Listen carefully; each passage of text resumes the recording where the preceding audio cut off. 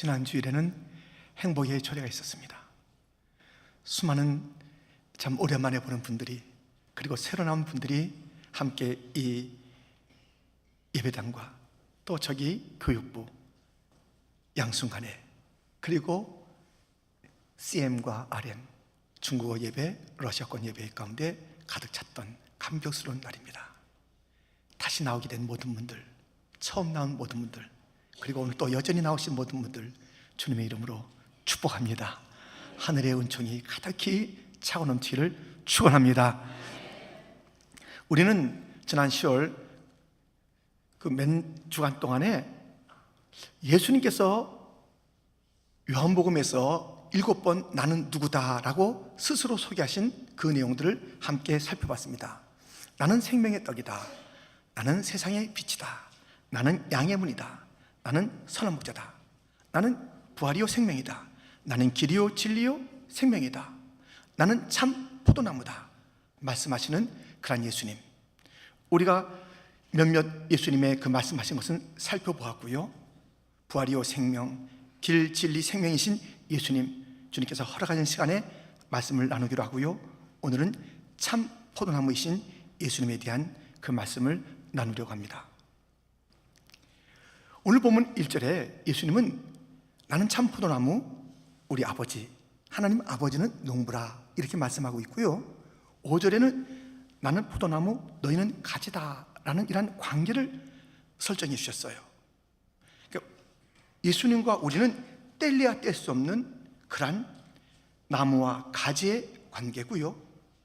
우리 하나님 아버지께서는 그것을 살피시는, 돌보시는 그런 농부라고 말씀하고 있습니다.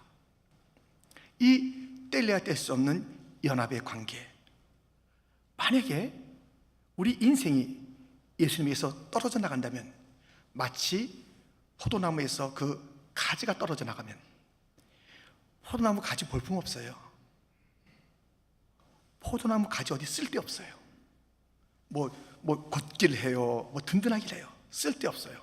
귀찮은 것이니 그냥 불에 던져지는 것이에요. 영적으로 마찬가지입니다. 우리가 예수님께 떨어지면 우리는 아무것도 할 수 없는 존재, 버림받는 존재, 영원한 지옥불에 들어가는 존재입니다. 오늘 본문을 보세요. 5절과 6절 말씀인데요, 우리 한번 같이 읽겠습니다. 함께. 나는 포도나무요 너희는 가지라. 그가 내 안에 내가 그 안에 거하면 사람이 열매를 많이 맺나니 나를 떠나서는 너희가 아무것도 할 수 없습니다. 사람이 내 안에 거하지 아니하면 가지처럼 밖에 버려져 마르나니 사람들이 그것을 모아다가 불에 던져 사르느니라. 아멘. 아무것도 할 수 없는 존재가 되고 싶으십니까? 버림받는 존재가 되고 싶으십니까? 영원한 지옥불에서 타고 싶으십니까? 간단해요. 예수님께서 떨어지면 돼요. 예수님 밖에 있으면 돼요. 예수님에게 머물지 않으면 돼요. 그 안에 거하지 않으면 그런 자가 되는 거예요.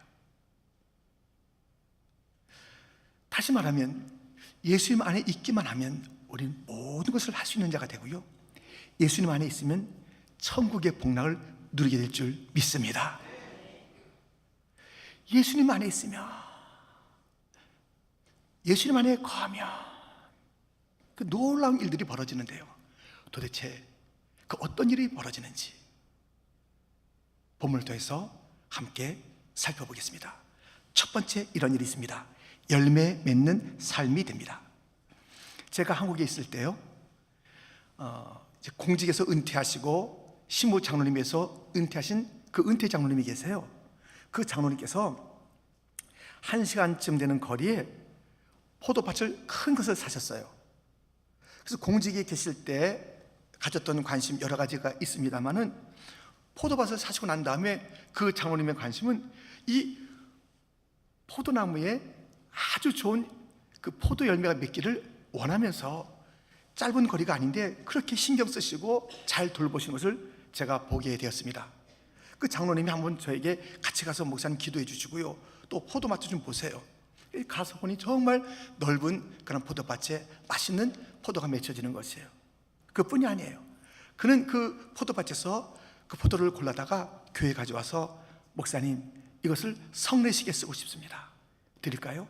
그런데 저와 당회가 보니까 극상품이에요, 극상품. 그래서 성례식에 쓰도록 했고요. 목사님, 또 장로님, 교우 여러분 맛보세요. 다 맛있게 먹었던 그런 기억이 있습니다. 아니, 밭의 주인은 뭐가 소원이겠어요? 거기서 좋은 열매 맺는 것이죠. 포도밭의 농부이신 하나님 아버지께서 뭐가 그렇게 소원이시겠어요? 그것은 열매를 많이 맺는 것 소원 아니겠습니까? 예수님에게 붙어서, 그의 아들 예수님에게 잘 붙어서 아주 아름다운 열매 맺는 것, 주님이 원하시는 것이에요. 보세요, 오늘 보면 1절부터 보면 이렇게 돼 있잖아요. 나는 참 포도나무요 내 아버지는 농부라. 물은 내게 붙어 있어 열매를 맺지 아니하는 가지는 아버지께서 그것을 제거해 버리시고, 물은 열매를 맺는 가지는 더 열매를 맺게 하려 하여 그것을 깨끗하게 하시느니라. 3절과 4절은 같이 읽겠습니다. 너희는 내가 일러준 말로 이미 깨끗하여졌으니 내 안에 거하라. 나도 너희 안에 거하리라. 가지가 포도나무에 붙어 있지 아니하면 스스로 열매를 맺을 수 없음 같이 너희도 내 안에 있지 아니하면 그러하리라. 아멘. 이렇게 농부이신 하나님 아버지께서는 우리가 열매를, 더 많은 열매를, 극상품 열매를 맺기를 원하시는 것이에요. 예수님에게 붙어서 예수님과 연합하여 친밀하게. 그런데요, 이 예수님과의 친밀한 관계에 방해꾼이 있어요. 예수님에게 잘 붙어있지 못하게 하는 방해꾼이 있어요. 그러니 열매 맺는 거 없지요. 농부의 기뻐하심 없지요. 그런 처참한 삶을 살도록 하는 방해꾼이 있어요. 예수님과 포도나무와 가진 우리 사이에 방해꾼이 있어요. 뭐가 방해꾼이냐면, 지금 추수감사절쯤 되니까 우리가 좀 약간 농촌에 가면 어마어마한 것을 보게 돼요. 몇백 킬로짜리 호박을 보고, 이렇게 큰 호박이, 이렇게 큰 사이즈가 하나님과 아담 하와 인간의 사이를 낸 게 아니에요. 큰 것이 그 가운데 들어선 것이 아니에요. 선악을 알게 하는 그 나무의 자그마한 그 열매가, 자그마한 것이 바로 하나님과 인간 사이에 큰 간격을 내고 엄청난 아픔과 결과를 가져오게 된 것입니다. 여러분, 아주 작은 것이 바로 이 관계를 허무는 것이에요. 아가서 2장 15절에 보면 우리를 위하여 여우 곧 포도원을 허는 작은 여우를 잡아라. 이 작은 것이, 큰 포도밭에 저 자그마한 것이 조금 갉아먹네, 조금 이렇게 긁네, 별거 아니야. 그게 아니라는 것이에요. 이 작은 여우가 삭삭삭삭 속속속속 하면서 갉아먹고 흠집내다가 온 포도밭이 다 엉망진창이 되니 작은 여우라도 잡아내야 된다는 것입니다. 이렇게 작은 것이 바로 예수님과 우리 사이를 낸다니까요. 1889년 5월 마지막 날에 펜실베니아에 큰 댐이 무너지게 되었습니다. 얼마나 많은 사람이 죽은지 아세요? 기록에 의하면 2209명이 죽었어요. 1000여 명이 실종. 엄청난 사건이죠. 그런데 이 댐이 이렇게 이제 흙댐, 지금처럼 콘크리트로 튼튼하게 한 것이 아니라 약간, 제가 이제 몇 군데 그 기록을 보니까요, 부실한 면도 있었대요. 그런데 결정적인 문제는 자그만 쥐가 와서 쏙쏙쏙 구멍을 내는 거예요. 그 별거 아니잖아요. 관리하는 사람이 볼 때나 또 뭐 전문가들이 볼 때 그게 뭐야 하면서 쏙쏙쏙 낸 그것들을 대수롭지 않게 본 거예요. 근데 그것이 물의 무게를 이기지 못해서 축축축축 균열돼서 확 쏟아져 내려서 수많은 자가 죽은 거예요. 이 작은 것이 내 심령 가운데, 내 삶 가운데 들어와서 예수님과 나의 관계를 멀게 하는 것이고요, 작은 것이 교회 안에 들어와서 교회 전체를 어지럽게 만드는 것이에요. 가정의 문제도 자그마한 것이 들어와서 가정의 그냥 부모와 자녀 사이에 또는 부부 사이에 문제를 일으키는 것이에요. 지난 10월 어느 날 새벽에 우리 소영 전사님께서 설교하신 그런 설교가 있어요. 어느 가정 부부가 이혼하게 됐어요. 이혼하게 됐는데 이혼 사유가 이것이에요. 다른 것이 아니라 삶은 감자를 설탕에 찍어 먹냐 소금에 찍어 먹냐 이거예요. 그래서 이제 이제 가정이 이제 부부가 당신 집은 소금 찍어 먹어, 참 그 이상한 집안이네, 당신은 설탕 찍어 먹어, 그렇게 하는 게 아니지 하면서 싸움하다가 법정에 가서 이제 이혼하게 된 거예요. 왜? 뭘 찍어 먹느냐? 그래서 이제 설탕 찍어 먹고 소금 찍어 먹는 그 부부가 헤어지면서요, 마지막으로 아쉬워서 판사에게 물었다는 것이에요. 판사님은 이 삶은 감자를 뭐에 찍어 먹습니까? 나는 된장에 찍어 먹습니다.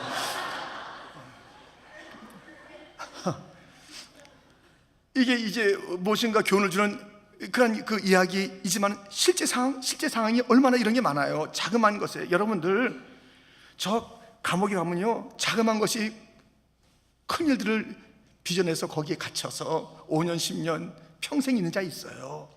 저 무덤 가서 한번 잡아 일으켜 물어보면은 그냥 노화돼서 돌아가신 것이 아니라 자그마한 문제로 혈기내고 싸우고 막 엑셀에다 밟고 그래서 문제가 된 그런 이유가 얼마나 많은지 몰라요. 부부 가정의 문제 작아요. 이 작은 것, 이것이 바로 문제라니까요. 예수님과 우리 사이를 허무는 작은 것, 조그만 피곤한, 어이구 피곤해라, 아이고 피곤해, 뻐근한데 오늘 가지 말아야지 교회. 내가 좀 바빠. 이 부추기는 게 있어요. 마귀가 바쁘잖아. 예배 지금 오랜만에도 한 40번 새벽 예배도 드리고 사순절도 했는데 됐어. 이 하반기 때는 바쁘잖아. 살짝 이 작은 거, 자그만 교만함이 내가 이쯤 하면은 뭐 이 정도 해도 되는 거 아닌가? 자그만 교만이 올라와요.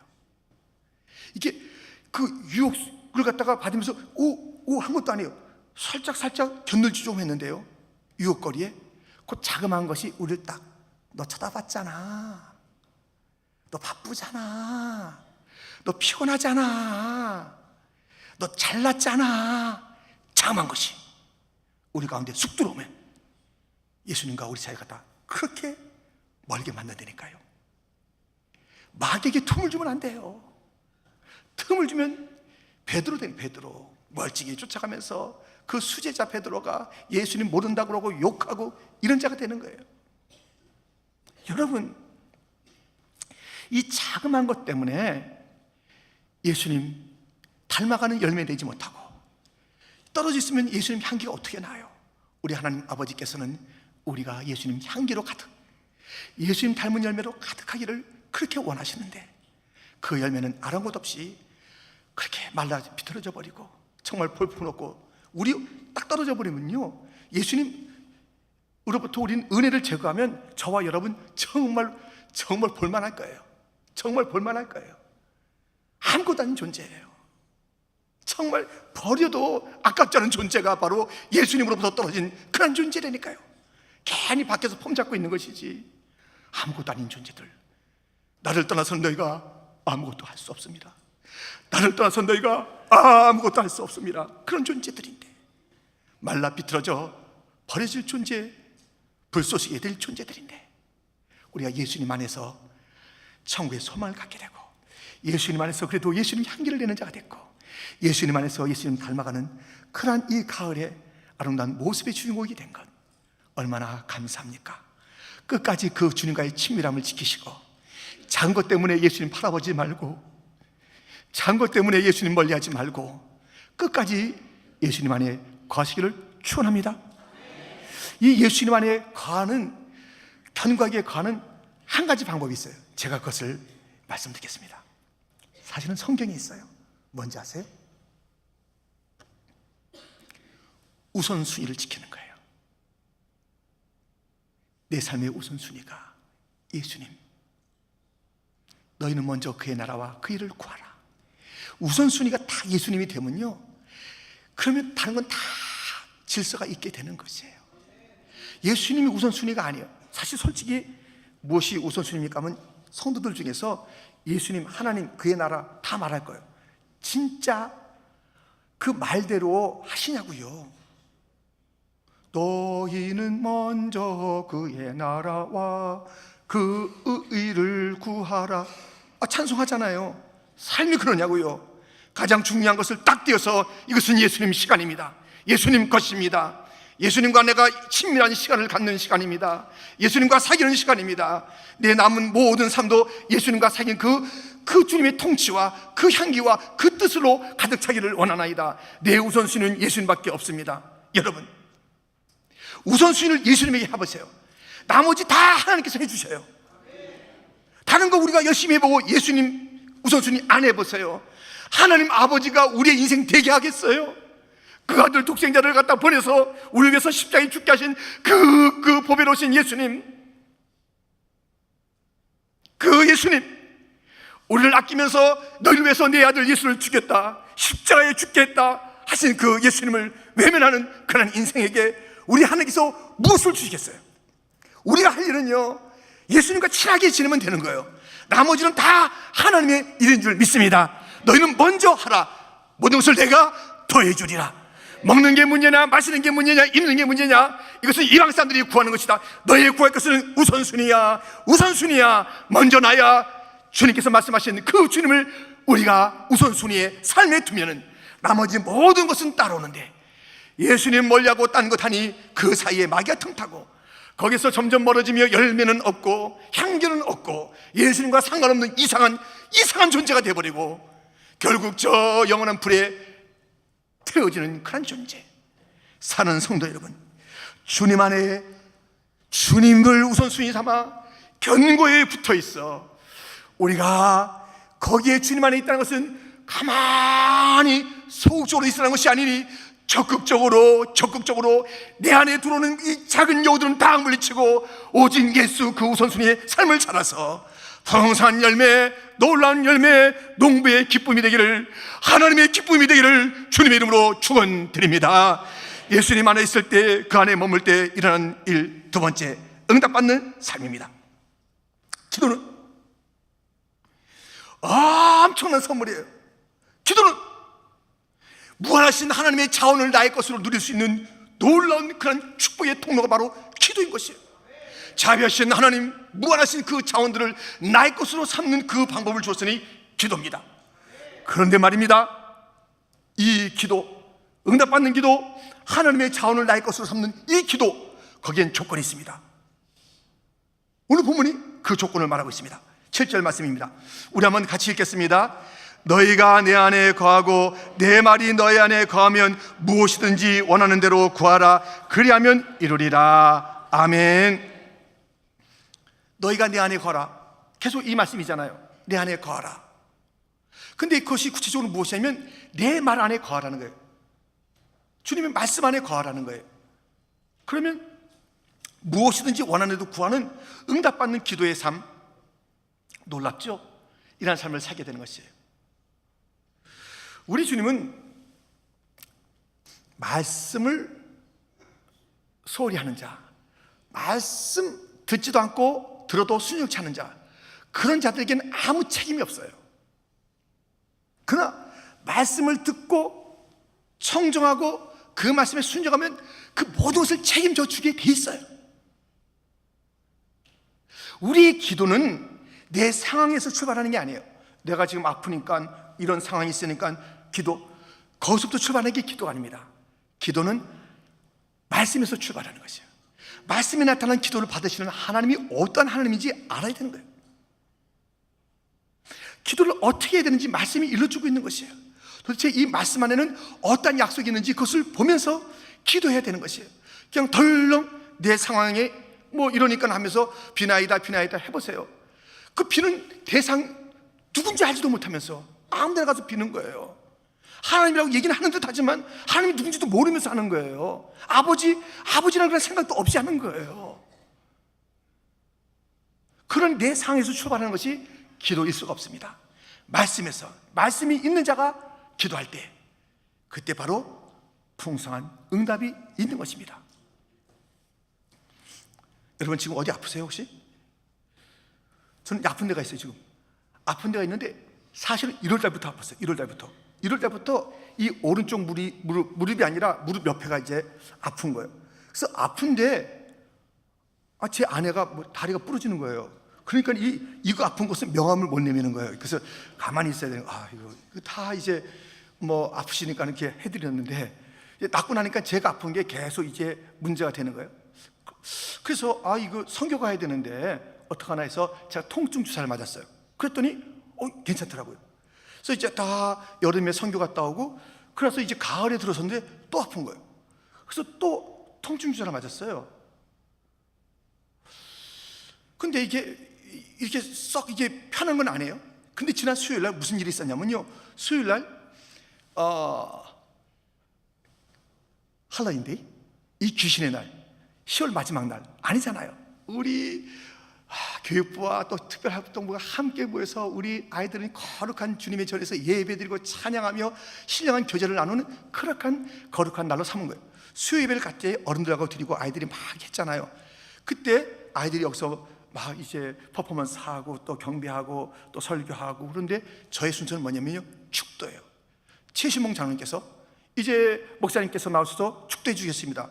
그래가지고 제가 요 앞에 약간 폼 잡으면서 이제 나오는데 여기 한 개다 올리니까 뚝 소리가 나는 거예요. 이 다리 이 아픈 데서 뚝 소리 나는 거예요. 큰일 났구나. 이게 제가 뚝 소리 한번 들어봤거든요. 아킬레스 건이 끊어질 때 그때 뚝 소리, 그거보단 작았지만 이게 뭐 하여튼 뭐가 문제가 됐다. 하여튼 축도하고 그날 당회가 있어서 당회 마치고 그날 밤에 끙끙끙끙 앓는 거예요. 제가 목요일날 보스턴 가야 돼요. 보스턴 가겠는데 이 오른발을 디딜 수가 없어요. 그래서 악박붕대하고 가야 돼. 디딜 수가 없으니까요, 교회 안에서 무슨 막대기가 없어가지고 교회 안에서 가장 긴 우산을 갖다 딱 들고 그걸 들고 이제 차를 타고, 여러분들, 그리고 또 중간에 화장실 가려면 또 그걸 들고 내리는데 그때 또 선글라스 꼈네요. 선글라스 끼고 이러고 그리고 한번 보스턴 가보셨어요? 얼마나 힘든 거예요. 그래서 그 보스턴에서 있던 사람들도 깜짝 놀랐죠. 이런 모습, 이게 정말 막 활발하게 오셔야 되는데 이렇게 지팡이 우산을 짚고 이렇게 오시나, 이런 거예요. 근데 그날이요, 제가 이제 그렇게 되니까 이제 어떻게 되냐면요, 여러분들, 제 마음에 우울함이 생겼어요. 우울함이. 이게 무슨 일이냐, 왜 이렇게 그러고 있었어요. 그리고 제가 그날 목요일 저녁에 남우영 집사님 신방하게 됐어요. 뭐 아시는 대로 정말 그의 은사인 이 통역, 중고 통역을 갖다가 정말 어디서 오라면 어딘지 가는 거예요. 중국에 가자면 자기 시간이 바쁜데 자기가 비행기표 사서 자기 시간 들여서 가서 몇 시간 하는 그런 통역을 위해서도 그렇게 헌신한 그 자매가 이제 결혼 생활을 여기서 같이 하다가 그 남편과 더불어서 이사 갔잖아요. 이사 가서 한 달여 만에 아주 예쁜 딸을 낳았어요. 그리고 한 달여 만에 이제 암 판정을 받게 된 거예요. 그래 뭐 가니까는 머리를 다 깎고 다 뭐 참 어려워요. 머리에 뼈도 지금 다시 이렇게 하지 못한 어려움이 있는 거예요. 근데 제가 신방 간다고 우리 아내하고 나타나는데, 이러고 나타나니까요, 그 성례라는 그 남편이 조금 목사님 왜 그러세요? 좀 다리가 아프다고. 병실에 올라가니까 그 집사님도 많이 목사님 왜 그러세요? 하면서 이제 같이 이제 얘기를 나눈 거예요. 여전히 저에게는 약간의 그 우울함이 있었습니다만은, 왜 이제 여러 가지 일들 앞두고 이게 뭔가 하는 것이던데, 신방하면서 말씀을 전해야 되잖아요. 제가 이 말씀을 전했어요. 그리고 제가 살았어요. 사도행전 27장 22절, 내가 너희를 권하노니 이제는 안심하라. 너희 중 아무도 생명에는 아무런 손상이 없겠고 오직 베푼이리라. 내가 속한 바 곧 내가 섬기는 하나님의 사자가 어젯밤에 내 곁에 서서 말하되, 바울아 두려워하지 말라. 내가 가이사 앞에 서야 하겠고 또 하나님께서 너와 함께 항의하는 자를 다 내게 주셨다 하였으니, 그러므로 여러분이여 안심하라. 나는 내게 말씀하신 그대로 되리라고 하나님을 믿노라. 그런즉 우리가 반드시 한 섬에 걸리리라 하더라. 제가 그 집사님께 그랬어요. 집사님, 안심하세요. 안심하세요. 사명 있잖아. 사명. 여태까지 사명으로 살았는데 사명 있잖아. 딸 키워야지. 남편 이제 잘 이렇게 또 해드려야지. 교회에서 또 사명해야지. 사명 있는 자는 안 죽어. 안심하라. 안심하라. 그 얘기를 하는데요, 그 말씀이 저에게 필요한 말씀이에요. 저는 안심하지 않고 그냥 걱정하고 그러다가, 안심하라. 사명 있으면 산다. 사명인 자는 쓰러지지 않는다. 저는 사명이 있잖아요. 저는 아들 옆에 당당하게 서 있어야 될 사명이 있었어요. 저는 그렇게 서 있었어요. 저는 다시 오늘 이 걸어 나와서 여기서 설교를 해야 될 사명이 있는 거예요. 그 사명을 생각하니까 다시 힘이 나는 거예요. 다시 그 우울했던 마음이, 미안합니다, 목사가 우울해서, 딴 데 가서 얘기하지 마세요. 우울했어요. 근데 말씀 속에서 제 상황을 보니까 우울해요. 날씨까지 비가 많이 왔어요, 보선에. 그러니까 우울했는데, 그러고 났더니요, 다 버렸어요. 얼마나 힘들었으면 우리 교육자들이 저한테 선물 갖다 긴 지팡이 선물했어요. 지금 저 밖에 있어요. 그게 아주 박달나무로 됐는지 아주 필요 없어요. 저 뛰어나올 수 있는데 그래도 점잖게 걸어 나왔습니다. 주님께서 사명이 있으면 살려주실 줄 믿습니다. 여러분들 안심하세요. 사명이 있으면 안 죽어요. 안 죽어요. 안 죽어. 사명을 다 감당할 때까지 주님께서 생명을 주시니 그 말씀을 붙잡고 기도하세요. 주님, 안심하겠습니다. 이 바울이 사명이 있어서 끝까지 살려주었으니 주여, 저도 살려줄 줄 믿습니다. 우리의 사명이 있는 쓰러지지 않으니 어떤 아픔과 고통과 힘듦이 있다 할지라도 그 환경 때문에 우려하지 마시고 나 집어던지시고 믿음으로 승리하시는 복된 성도가 되기를 주님의 이름으로 축원드립니다. 이렇게 예수님 안에 머물면 거하면 열매 맺는 삶, 응답받는 삶이 있고요, 세 번째로 제자되는 삶을 살게 됩니다. 예수님은 공생에 3년 동안 이 복음서에 기록되어 있잖아요, 공생애가. 근데 어디에 시간을 가장 많이 보냈을까요? 무엇하는데? 예수님은 3년 동안 이 복음서의 기록에 보면요, 대부분의 시간이 제자들과 함께 보냈어요. 제자 삼는 일에 예수님께서는 시간을 보냈어요. 적어도 복음서에 나온 무리를 만나기도 하고 또 그 많은 자들 앞에서 여러 가지 사역을 했은 것은 분명합니다만은 가만히 보면 많은 그런 비율이 바로 예수님은 제자들 소수와 더불어서 제자 삼는 그 일에 그 시간을 보내신 거예요. 예수님은 그 제자들이 정말 그 십자가 앞에서 예수님 마음을 아프게 했지만 또 용서하시면서 또 붙잡으시면서 그들에게 이제 마지막 명령을 하시는데, 이 명령을 하시네요. 자, 무슨 명령을 하시냐면, 너희들은 앞으로 이제 좀 모든 데 가가지고 말이지, 이걸 잘 들어. 너희들이 할 일이 있어. 가는 데마다 많은 교인 만들고 대형 교회를 세워라. 너 마태복음 28장 19절. 그러므로 너희는 가서 모든 민족을 제자로 삼아 아버지와 아들과 성령의 이름으로 세례를 베풀고, 모든 자들 가서 많은 무리를 갖다가 세우는데, 많은 교인 명부를 만드는데, 대형 교회를 세우는데, 그게 주님의 관심이 아니에요. 제자. 오늘 본문 마지막 절 8절이에요. 그 8절에 뭐라고 되어 있냐면 이렇게 되어 있습니다. 우리 한번 같이 읽겠습니다. 너희가 열매를 많이 맺으면 내 아버지께서 영광을 받으실 것이요 너희는 내 제자가 되리라. 아멘. 내 제자가 되는 게 하나님 아버지의 영광 받으심이에요. 하나님께 영광 돌리고 싶으십니까? 그러면 제자가 되세요. 누구의? 사람의 제자가 아니라 예수님 제자가 되는 것. 예수님께서는 또 이 제자의 삶을 요청할 뿐만 아니라 제자 삼으라, 땅까지 가서 제자 삼으라는 것이에요. 그래서 마지막 날에 너 뭐 하다 왔냐? 대형교회. 제가 많은 교인들, 제가 아주 큰 교회에서, 제가 어느 부서에서, 참 귀한 일일 수 있어요. 전부는 아니에요.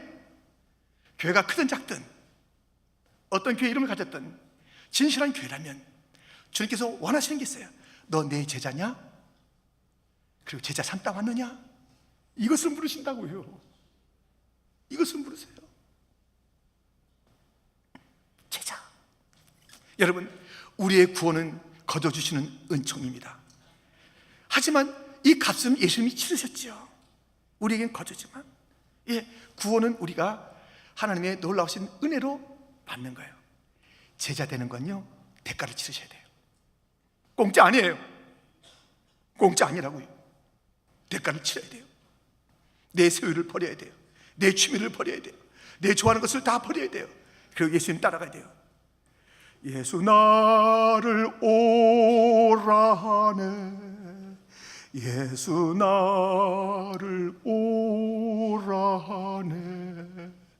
어디든지 주를 따라 주와 함께 가는 것이 제자입니다. 그런데 내 소유 다 들고 내 취미 다 들고 내 원하는 거 다 들고는 못 가요. 우리를 다 버려야 돼요. 내 것을 다 버려야 돼요. 제자 되는 것에는 대가가 있습니다. 너희가 건물을 지을 때 다 계산하고 건물 짓는 거 아니냐? 아니면 하다가 그냥 중간 사람들 얼마나 웃겠어.